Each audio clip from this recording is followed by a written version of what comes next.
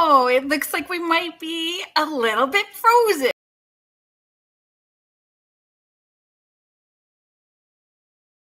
Let's see if we can try again. Let's come out and start again. We might have to do a little something.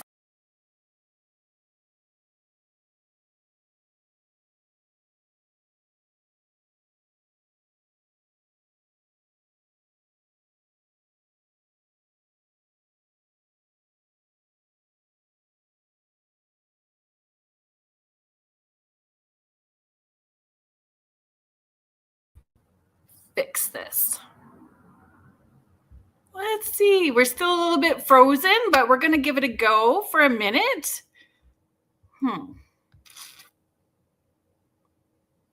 Hang on, folks.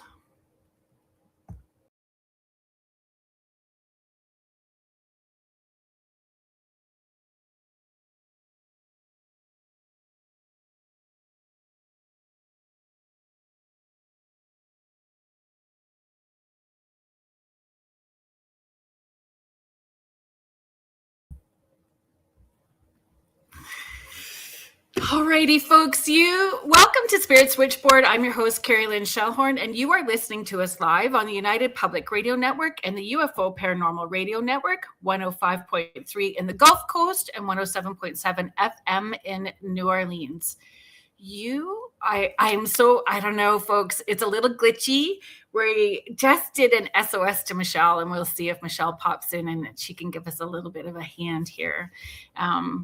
Hopefully it's going to not give us too much of trouble through the whole show, but it does seem a little bit delayed. I'm not sure why, but we're going to give it a go. And thanks for hanging out and being patient with me as we got things going. Hi, Mish, Heidi,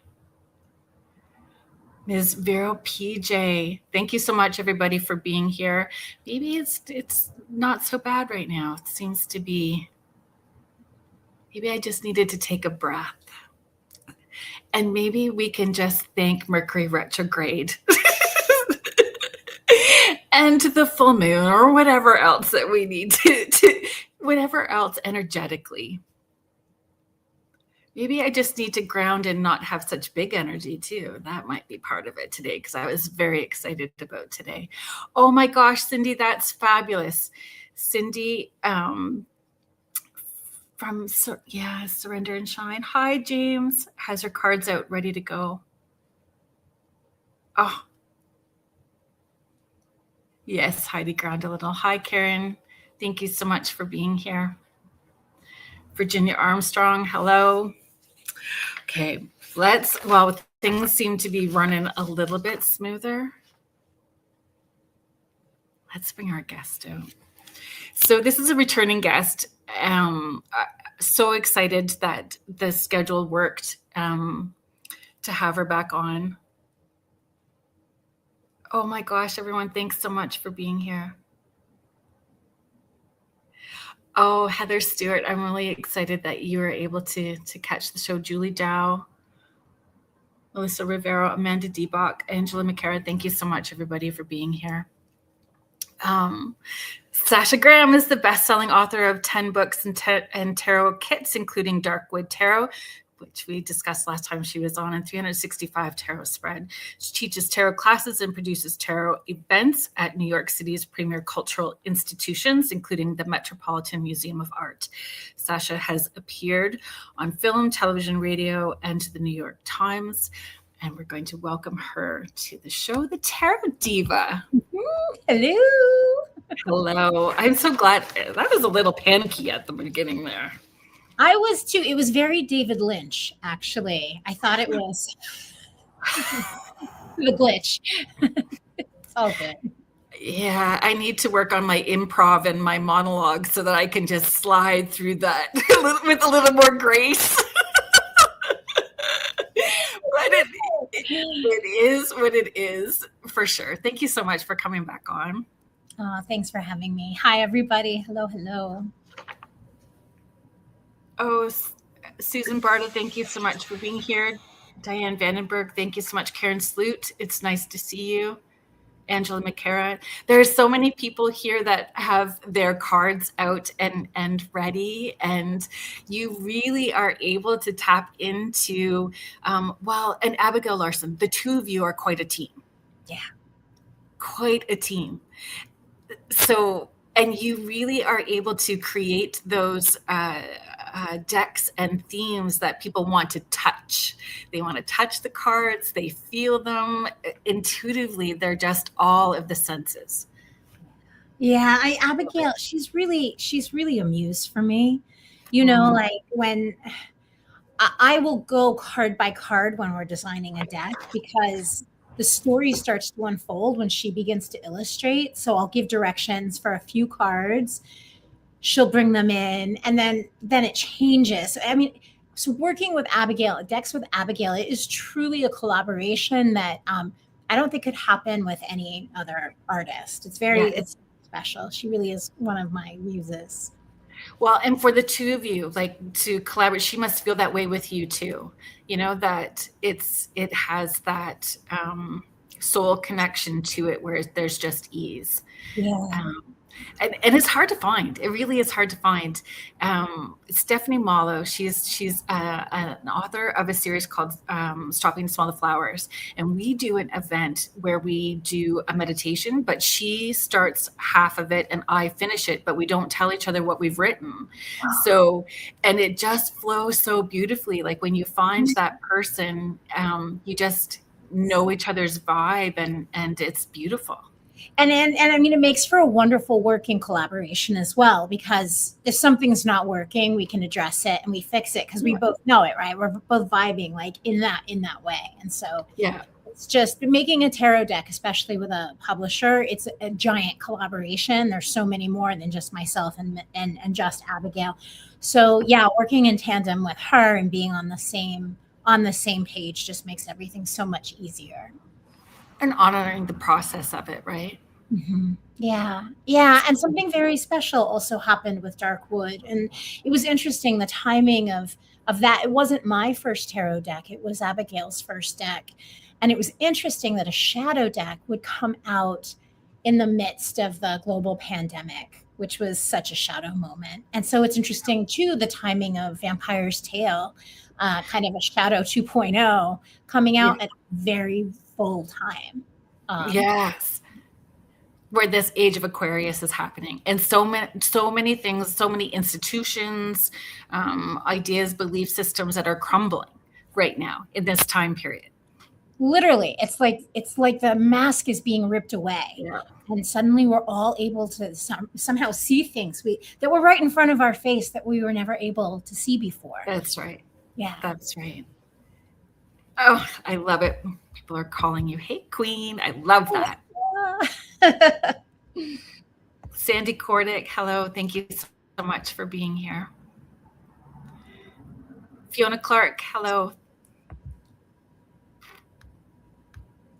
Hi, Heidi.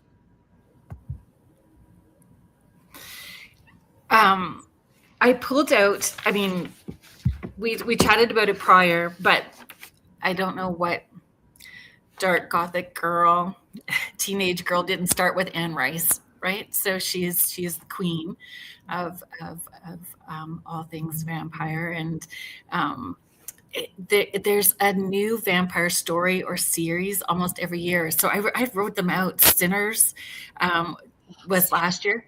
So good. Best movie of the year. Yes, I think I've watched it 3 or 4 times now. It is just so brilliant. The other one? The Last Voyage of the Demeter. I liked that one, not necessarily because it was like about Dracula, but Well, it was, but a different take on it. And then the new one that just came out in February, which seems interesting in the way that you are formulating, or the way that you have formulated the tarot deck. So it's Dracula, a Love Tale. Just came out in February, right? We all love vampires. Do you have a favorite vampire movie or vampire story, series, TV series? I mean, I would say everything began with Anne Rice. And it's funny too, because when I started doing the deck, I did a big deep dive into like all things vampire. And I realized it wasn't so much just the trope of the vampire that I was in love with. It really was Anne Rice's world that sunk deeply into me and kind of informed the sensuality, the sexuality, the power, the sadness. There's great sadness and emotionality in her vampires that I really respond to. So I love the AMC, the new Interview with a Vampire and Lestat. It's good. Really good. Really, really good. It's very good. Yeah. Okay, let's get your teaser language positions the vampire fairy tale where death marks your rebirth. Yes. So what kind of rebirth did you design this deck to support? Identity, relationships, like how did you formulate that? Well, first of all, death is the number 13 in the tarot, in the majors, right? It's not 21. It's not at the end. It's right at the halfway point. And I think that because so many muggles, for lack of a better word, freak out when they see the death card, I think it's important for people, the public, to understand that death is esoterically speaking, is the transformation with which you've gone through an initiation, and you see the world through a new set of eyes. And so there's a few ways that this plays out inside of the vampire's tale. But let me just preface this by saying that I think this is the first deck that I know of, the first tarot that I know of, where the guidebook is actually a standalone book. You could read it beginning to end like a book without the cards, even though the cards are in there. So it's truly the story of the Fool as she goes through the entire world of the deck. And the world card the death card is when she is brought into the space of death and transformed and comes into a new understanding of what death represents, the intimate, the call back, kind of the intimacy that we all long for but never seem to find in our lifetime. Right. So it's like a very mystical rebirth. And she discovers she's half human, half vampire, and it pulls apart the whole relationship with vampire, death, and immortality as well. So it's the rebirth, it's the re-understanding of who you are. And I think that leads into, the question that I had for you next about the vampire mythology as that precise mirror for spiritual growth. And if you could talk about that, like its desire and boundaries and all of those concepts. So can you share a bit about that? Yeah, it's so much. So I think that vampires, and I know the New York Times just did a big article about why vampires, are enduring to this day, because there's all these new vampire things coming out this year. And I think that number one, vampires are the ultimate shadow projection because they've got everything going for them, right? So they're immortal in theory. They're immortal for better or for worse. They're frozen in time in this state of kind of perpetual being. They're incredibly sexual and sensual, and even the idea of I do love to eat. And I do sometimes feel erotic about the pizza that I'm eating. But if you think about a vampire, not everything for a vampire is sensorial. Everything is heightened. Everything is being on mushrooms or something, the sounds, the smells, the tastes. So I think it makes, for someone who's going to be immortal and live many, many, many, many lifetimes, it keeps things interesting. And all of those senses are what what we use to engage with the metaphysical world, right? That's what right. enriching senses are all through those sensorial things. But then there's also, and I think the thing that attracted me to vampires as a teenager is the idea of power. That was exactly it. Personal power. That was the one that I thought of when I was thinking of these questions and where I wanted to go in talking about the deck. Personal power is huge. Huge. There's no predator more dangerous, beautiful, and deadly than a vampire. And for me, when I was a teenager, as a young person, exploring my boundaries and trying to figure out where I fit in the world, power issues were huge for me. Because as a young woman, particularly, you're given this odd power. In other ways, you're powerless, and so that's why the Fool in the tarot deck is, as a teenager who escapes the terrible prison and finally breaks free to find out she's a supernatural creature with all of this power. So the question then becomes, how do you wield the power that you have as an adult when you've kind of been like destroyed as a kid? Exactly, Melissa. Death as a callback. I love that. Kathy, thank you so much for being here. Yeah. So Heather's, so Heather of the Garden. So Heather of the Forest. Sorry, Heather. So the Witch's Garden Tarot is absolute go-to deck. The imagery and accompanying insights are truly magical. My clients love it. Thank you so much. Thank you. Thanks for hanging out, James. Good evening, ladies. Looking forward to the educational discussion. Have a wonderful show.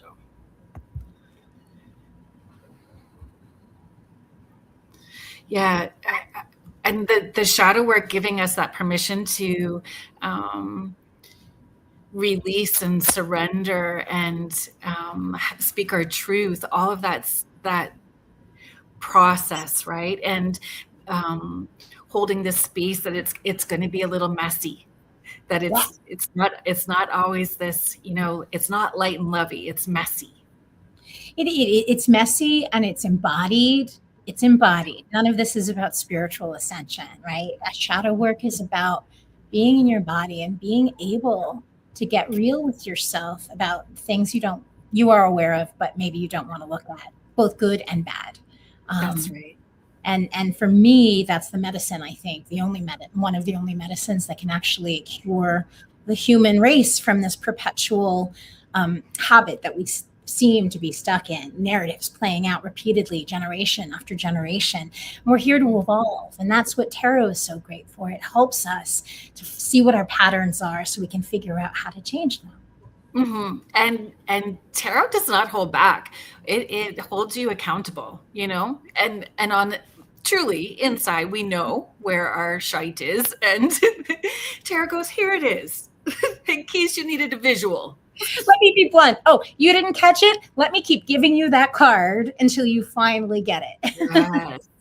Yes. And they do keep giving you that same card until you get it. It's magical. And it's so interesting because somebody did ask me the difference between, actually today we had a conversation today about the difference between oracle and tarot. And there is a big difference between the two. Huge difference. I mean, I can speak to the difference with a tarot deck. Like that's kind of clinical because, of course, please do. For those who are new to tarot and oracle, can you give a summary of that? Yeah. So like in my clinical definition of why it's different, tarot is almost always, not always, but almost always 78 cards. There's always a major and a minor arcana with 4 suits.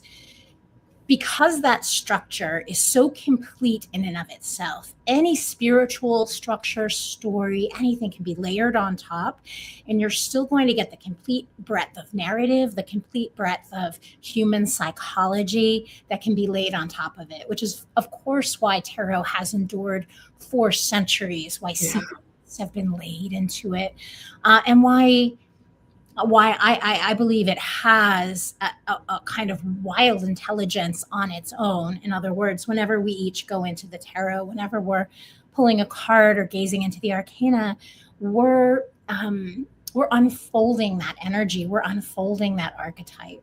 And then as far as oracle decks go, oracle decks can be anything from 5 cards to 20 to 100 Yeah. cards.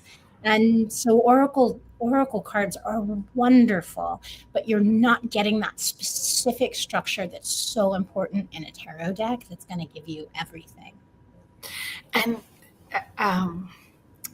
it helps you, I find, dig deeper, and that relationship is different with the tarot deck than it is with oracle. I love my oracle decks for sure, but the tarot deck, it just knows me like a best friend for sure, a little deeper than the oracle deck. So yeah. Have you ever had a tarot deck pick you, like an unexpected?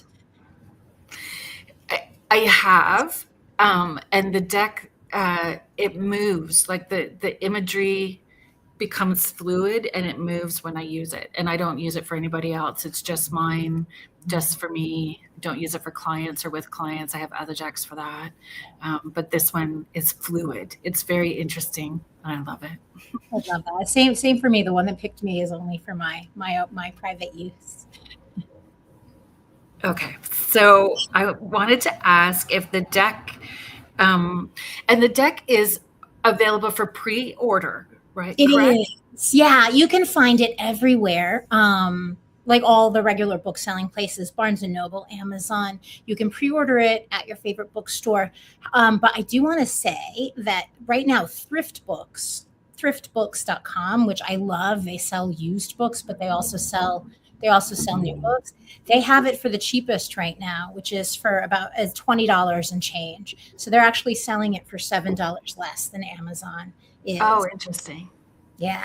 And I know that, we'll come back to this again near the end, but I just wanted to talk about it quickly at the beginning, so that people were aware that it's not available until September. So you can do the pre-order, but it does release in September. And how to tell the difference between your original decks that are yours and the ones that are not. So how to not get caught into an AI regurgitation or something that's spammy. I think that's important for people to understand that that's out there too. Yeah, the best thing that everybody can do to protect themselves from accidentally buying a bootleg deck or a fake deck is to order it when it's on pre-order, because right now the deck is not out there. The images cannot be copied en masse, produced, and show up on like different websites. So if you pre-order, you're guaranteed to get the deck and the big like 200 plus cover page full color guide that goes with it. Yeah. Thank you. You're very welcome, because authors right now have that struggle, and whatever we can do to be an ally and support that, to make sure that, and to go directly to an author's website and using the links that are on that author's website is also another way to protect yourself, to make sure that you are not getting something that is bootleg, for sure. And I just read something today about online companies selling bootleg cosmetics. There was a big expose about that and testing them. So I was surprised. I was like, okay, yeah, it's not just tarot decks. It's pretty much everything. It just goes back to know where you're purchasing from and make sure you're getting what you bought. That's right. I don't know if you've had that issue, but I had, not so much now, but it was really in the last year improved, because I took different steps to ensure that it wasn't happening anymore. But the fake accounts, the fake Psychic Carrie Lynn show, that was a nightmare, trying to deal. It really was like whack-a-mole. It was unbelievable when that first started happening. So many people like were reaching out and were like, Sasha, did you text me? And these were like, it was shocking how many people yes for it. Craziness. Yeah. it's definitely a weird world that we're in. So, go to the source as often as you can, and live an analog life. Go back to the 80s. Yes. Read real books. Listen to records if you can. Agreed. Yes. 100% agreed. Okay. Does the deck follow a narrative, or is it more of an atmosphere where each card has its own chapter? It follows a complete narrative. In fact, from the moment the fool escapes her castle prison to the world where she is ultimately transformed in a different way than death transforms her, and then when we go into the four suits, what she's really doing is having an exploration of this new vampire world that she didn't know existed. So she's quietly and silently observing as we go through all of the cards. And it's so sexy and yummy. I'm like so obsessed. I'm so upset. I mean, like no love. Like, I love vampires, but I never saw a deck that was like, this feels like, I said, I have to make one. I have to make one so it can be the world that I want to be in. And this is definitely. How yummy is that? That is yummy. So, okay, what are the signature archetypes you wanted to reclaim from vampire lore? so the hunter. Yeah. So definitely. And what do they represent? So like psychology, like psychologically or spiritually, those different archetypes. Yeah. It's so funny. I can't help but think of those archetypes, but seen through a tarot lens. So for instance, the vampire hunter shows up in the Eight of Pentacles as he's like crafting his stakes, and he's got like all of like the maps and all of his like detective work that he's doing around London to like find the vampire. So we have the hunter is there. The archetype of families, because vampire families and clans, again, one of those enduring kind of vampire tropes that I think we all find really appealing. Like you can think of the Cullens, being part of the Cullens family in Twilight, or being part of Louis and Lestat's little family when they had little Claudia. This idea that vampires really get to pick their family, like we do, like we pick our friend family, but it's even deeper and more evocative. So that really comes to the fore in the 10 of Pentacles. And all of the Pentacles, you see members of that particular vampire clan. What else do we see? We see love, we see death. I don't know, give me some more vampire. Give me some more vampire tropes. Certainly, there's just I write about 4 pages of questions, so I know that we're hitting them. We're getting there. We're getting there. We see a lot of homoeroticism in this, because, and that's, I mean, if you're going to be alive and immortal for centuries, there's no way even the straightest of the straight person's not going to, like, because think about it. Of course, you're going to taste and feel and explore everything as an immortal. That's right. So we have that as well. Lots of sex and lots of performative, like theatrical. We have one of my favorite cards, the 6 of Wands, is actually the festival, the spring festival in Edinburgh, Scotland, where the vampires are pretending to be human, but they're actually vampires. That whole thing. So yeah. I love that. But that leads into like,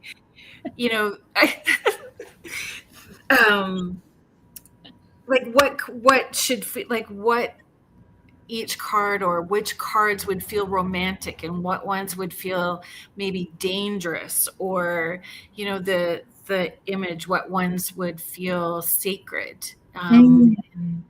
That's such a great question. So like that would be working with Abigail, like how the two of you would come up with that, the feel to the image. And the meaning. So every time I would give her the description of the card, there was a story happening. So everybody in this deck is named. All of the majors you'll see, like they're actually named like characters in a film. And the stakes, no pun intended, the stakes are really, really high because this octave, the fool is literally, she's fighting for her life. And so the lover's card is the first time that she's in an erotic moment with a male figure. The chariot card is when she is running away from him. And it's a very exciting, very propulsive card with the whole Bram Stoker, like in like a carriage running away. The Three of Swords is the epitome of grief, where the vampire is literally devouring a heart. It might be her own, but it is the heart of another, and just that archetypal cry of pain. Right. The Judgment card is that moment of transformation, and for this vampire deck, it's a transformation that's happening in front of the brethren, like in front of a group. So there's a performative and group ritual aspect as she drinks the blood of each vampire in the room. We have the Devil card, where she is just warring with the male vampire in the story and realizes it's the angst and the anger that's trapping them both.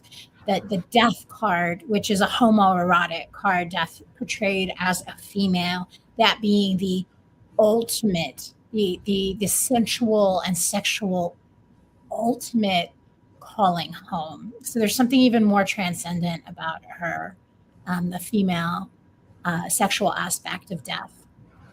All of them are really charged. Every card is very, very charged. We have in the Seven of Pentacles, we have a vampire who's accidentally fallen in love with a human she's been toying with, who's a very young boy, and it's very not cool, and she's even upset. So it even goes into like some, places. Yeah. Odd, inappropriate, unexpected. Right. And which triggers people, right? Like subconsciously, consciously, it's going to bring up those layers that you haven't wanted to look at within yourself, or needing to look at yourself, and your higher self is saying, okay, now is the time. Let's look at it. And how with your own awareness and your own growth, the story will evolve and change each time you're using the deck. But which is what's so amazing about tarot, and especially about like narrative decks. But I think the same thing holds true for movies and for novels. Like you're constantly bringing yourself to the story, no matter how old you are, what you're going through. Like when you watch it or reread it or see it again, you're constantly, and the same thing is true of the decks. And I think that I am a fan of horror. I'm a fan of the Gothic. And I think that those are safe containers with which we can really look at the things that terrify us, where, I think they bring us to the edge of our seat, because when you're in a spooky situation, you're like really paying attention. But I think that they're a container that make things okay. Like tarot is a container where all aspects, all potentials can be played out before you choose to proceed ahead in regular life. So tarot is a wonderful dress rehearsal for, the decisions that we make or will make or we're making. Even with horror movies, when you're watching them over repeatedly, they become more nuanced, and you see more of what's happening in the background that's supporting the story. You start to see more of those layers, and from a different lens, wherever you're at that day, right? It has evolved. So I love tarot for that. I love tarot and how it brings those different layers to the surface. So true.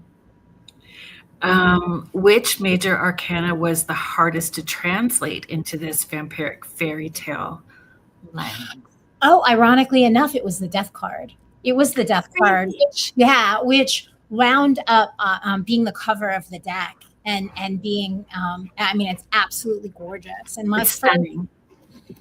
yeah, thank you. It's, you know, it's a weighted card. It's an important card. It's for a vampire deck. You could say that death is the crux, because vampires are all about, obviously, death and immortality.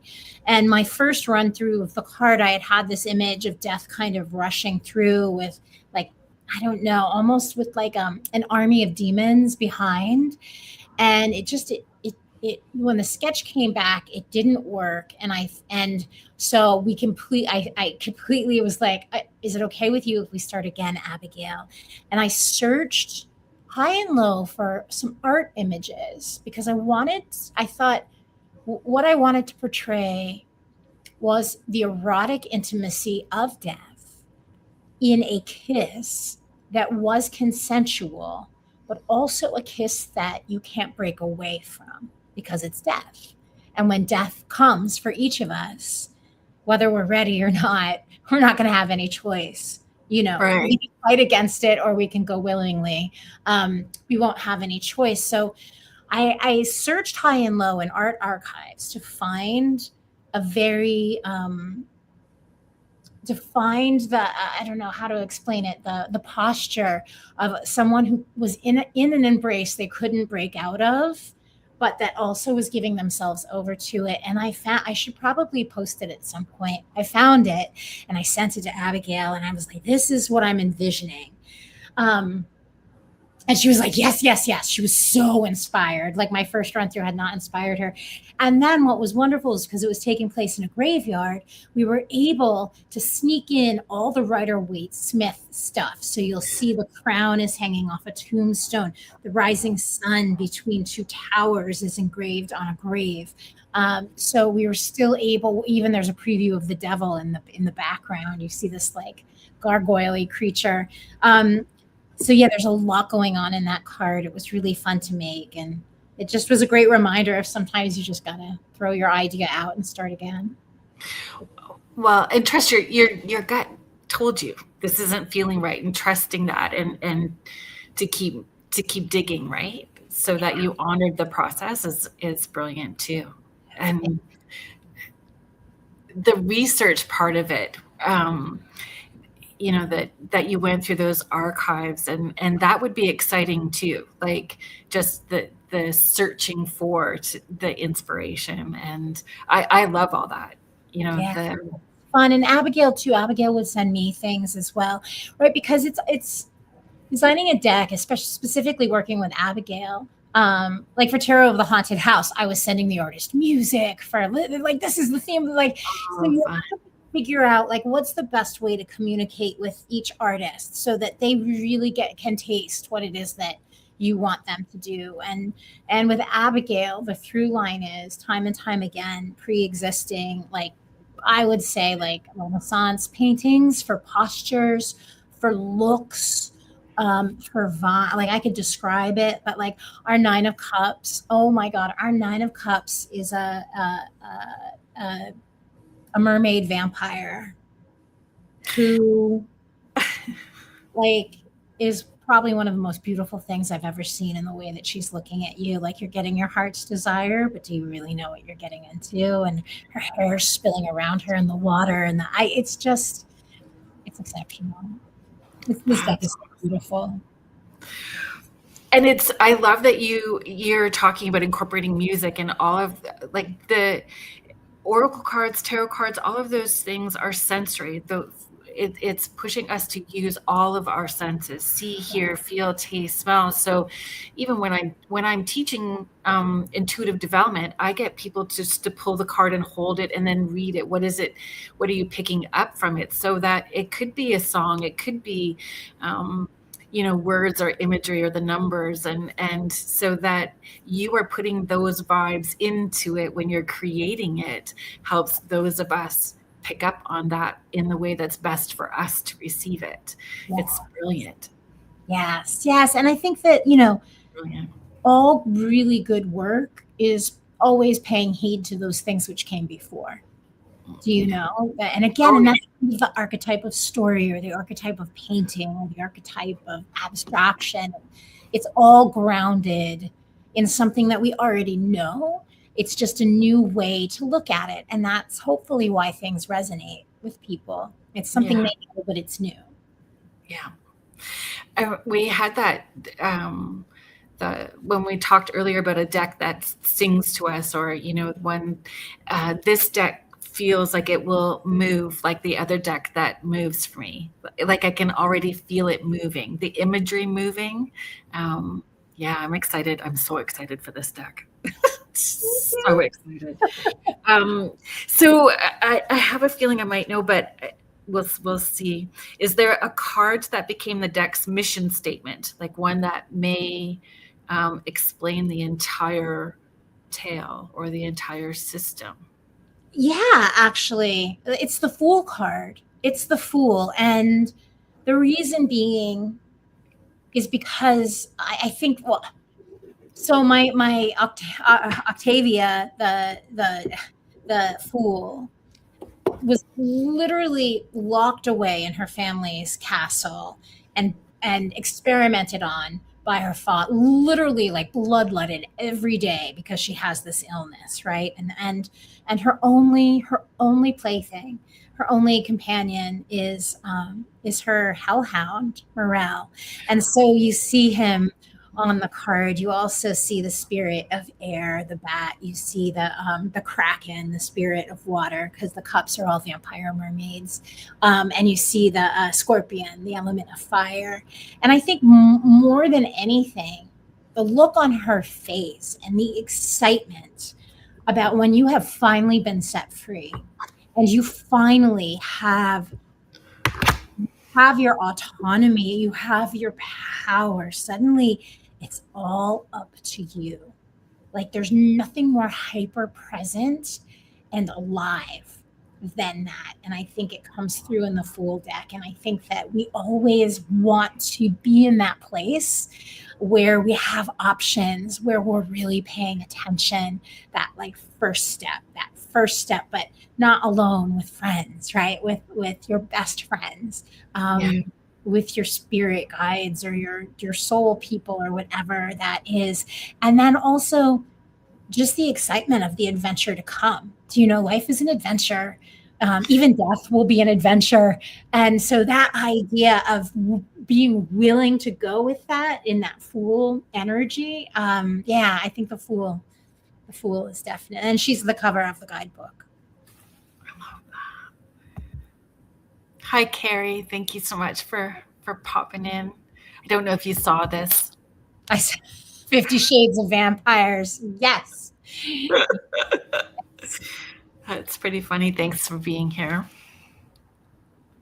Okay, is there a card, or what's a card that you think people will misread at first because the imagery is so lush, and what do you hope they'll discover on like a deeper pass or a second go round?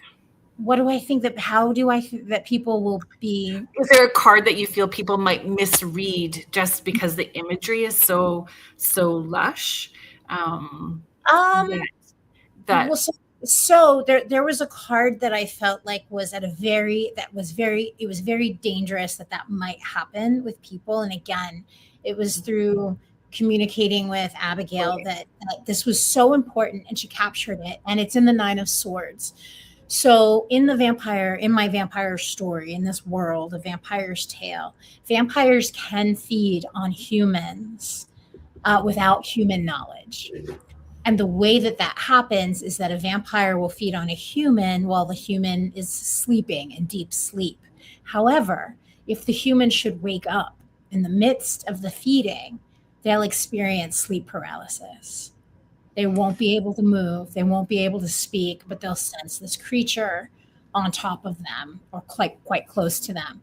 So I asked, Abigail and I went back and forth. How do we express this in a way that is very clear that the woman lying in bed with this horrifying creature on top of her has not given consent? that this is happening against her will. Right. And I think we managed to pull it off. So, and it's very clear in a beautiful, in her Abigail way, right? It's very beautiful. It's not sexy in any way. So it's beautiful, but it's horrifying at the same time. Right. Which I think is indicative of the Nine of Swords. It's a terrifying card. Thank you for sharing that. Yeah. I just can't wait to get my hands on this deck. It's going to be a long wait till September. I know. But then you'll have it for the rest of your life. For an eternity. Yes, my immortal self. It's going to love it.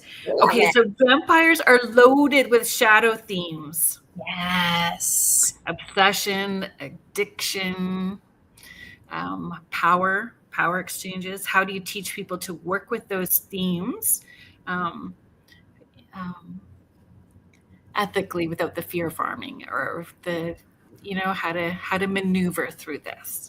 So thank you. That's such a wonderful question. And the answer to that is, with all of these themes, is to use it as a mirror and a reflection, and then ask yourself, so if there's an issue of non-consent, like taking the Nine of Swords that we were just talking about, the shadow, or the way I would explain the shadow work of that would be, when did you not ask someone for consent and did what you did?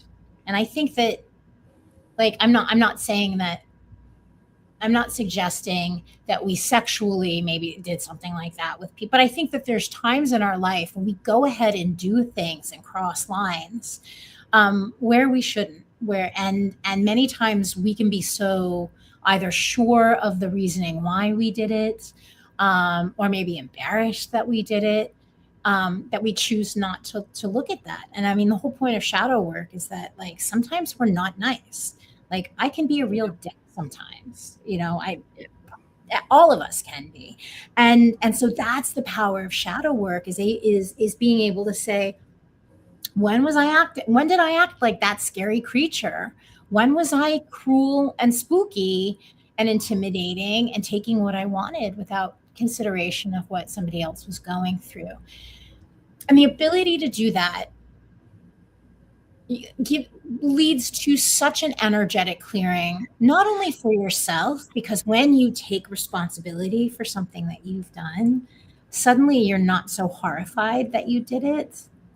And then you can make amends. You can go speak to that person, or and just owning up, right? Just owning up.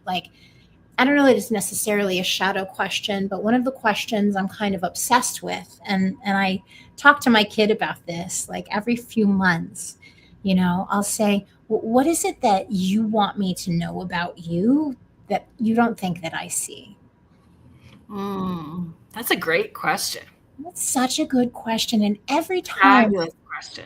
Every time I ask them that question, they get soft and open, and there's always something that they think that I don't see, and it leads to a great conversation. And I would say it's a shadow question, because it is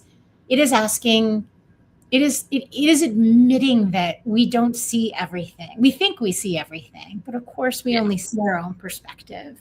And so with all of the vampire themes, from greed to passion to lust, we bring it back to ourselves, to power. How do we wield our power over others? Where am I unsettled in my sensuality and sexuality? What wants to be explored?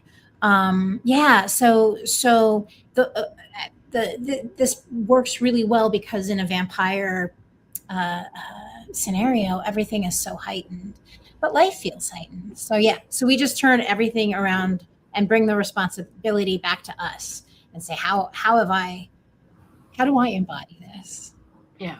And learning that accountability without, or learning to have that accountability with grace and ease, that we're giving ourselves and showing ourselves compassion like we would, and understanding if it's a pattern of belief system within a family structure. And then again, going even deeper, that when we work on that, it's helping heal ancestors that may have not had that healing, and for the future generations, that they're not having to deal with that layer of it.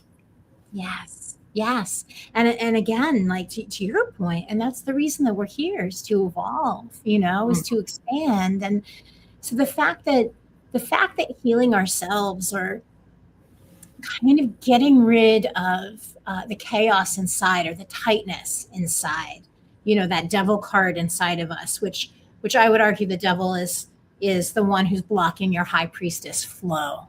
He's the one like building up that dam of that well, that by clearing that up, you're retroactively working magic, like backwards, forwards, and in multiple timelines. It's I think it's holistic, and I think it's beautiful, and it's why we're here.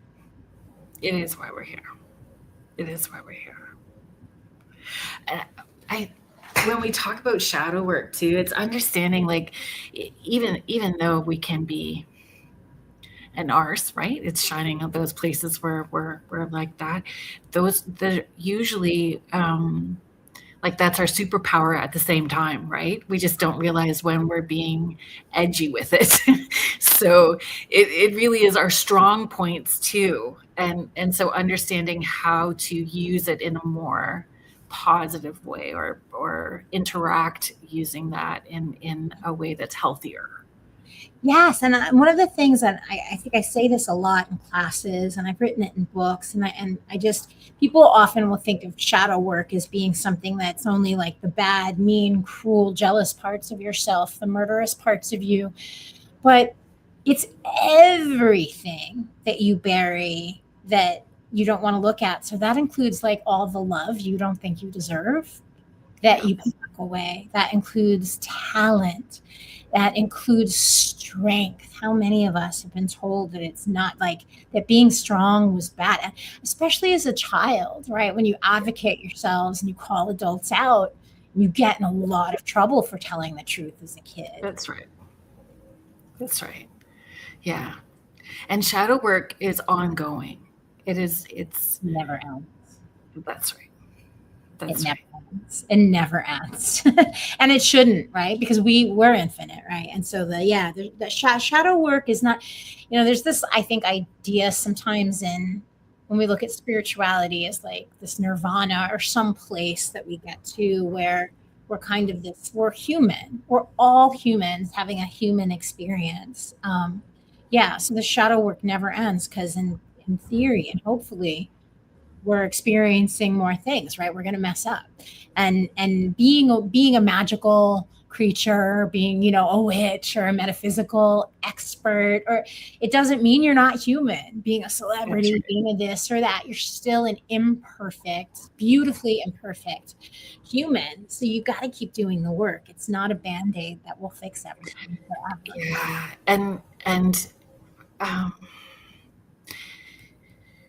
Yeah. I stay away from people who say that they've learned everything. That when it's all love and light and it's really just syrupy sweet, I'm like, I may have discussed this with you. I've talked about this a lot with Darkwood Tarot. Light is like, darkness is 90-something% of the universe. We know that light is just the things that we're aware of. Like, it's tiny pricks, like the tiny, like, sun in the solar system. So the idea that light is all things, that's just not, it's not true. And it's honestly, it's a racist construct as well, that like light's better than darkness or higher than darkness, when darkness is the source of all potential. Yeah. Agree. Love and light. It makes me, I call it stink eye tight, but what? There's some love and light there. Okay. Sure. I'm hearing a lot lately, protect your peace, protect your peace. And I understand why it's trying. We're in trying times right now, but you know, I think it's okay to pay attention, and it's okay to be in pain with what's happening. Um, yes. Oh, what Carfast is saying about people who have definitive answers and a definitive ego. Yeah. How could any of us, how could any of us?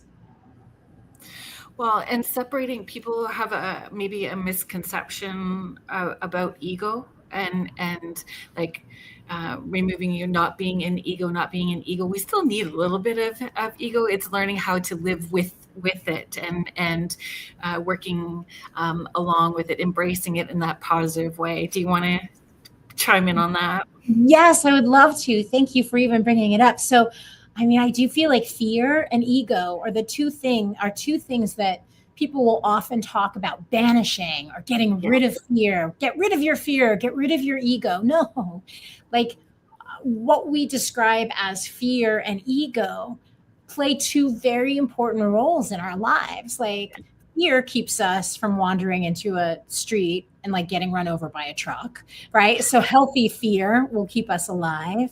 And ego is kind of part and parcel of that. We develop an ego as a child when we realize we are separate, physically separate from the material world around us, right? That's why you only bump your head into a table so many times when you're a kid learning how to walk or whatever.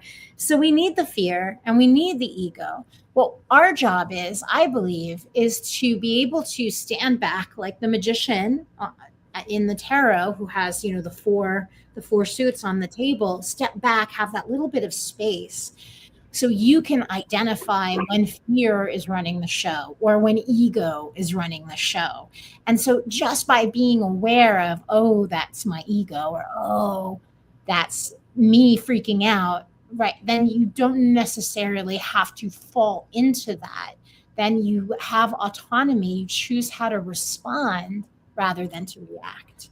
Yeah. And it's giving it's totally the discernment, right? It's learning discernment and giving yourself that room for pause. I always call it the bad Chihuahua brain, or I'm having a bad brain moment. Give me a second, I need to pause, or I'll get back to you because I am having a Chihuahua brain moment. And and then come back to it. I just own it. And the more that you own it, the more that you can show yourself grace and compassion, and the discernment is there. But I think people really struggle with discernment, or I feel people struggle with discernment. It's a hard place for people. I think it is very challenging. And I would say, I think that, and this happens a lot with tarot cards, if we are pulling cards and we don't know what something means immediately, I think we're very quick to brush that aside. And I think that when you're pulling cards and something's not making sense, leave it out, sit with it for a couple days.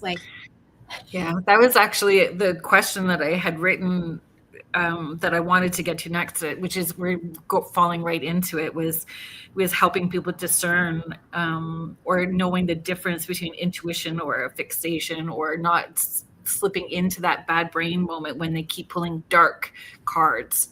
Yeah, thank you. Oh, again, it's such a great question, and this is something that I don't hear a lot of people in the divination community talking about, and I think it's important to look at and remember for ourselves, which is that in there are these catchwords, these big bucket catchwords where people put everything into, and then like words are kind of flung around with like all of these meanings. So my favorite way to talk about psychic versus intuition, I think it's really important to discern between the two. And other people might say something different, but my version of this is that intuition is a quick and ready thing that's always operating inside the body, like a quick and ready knowledge.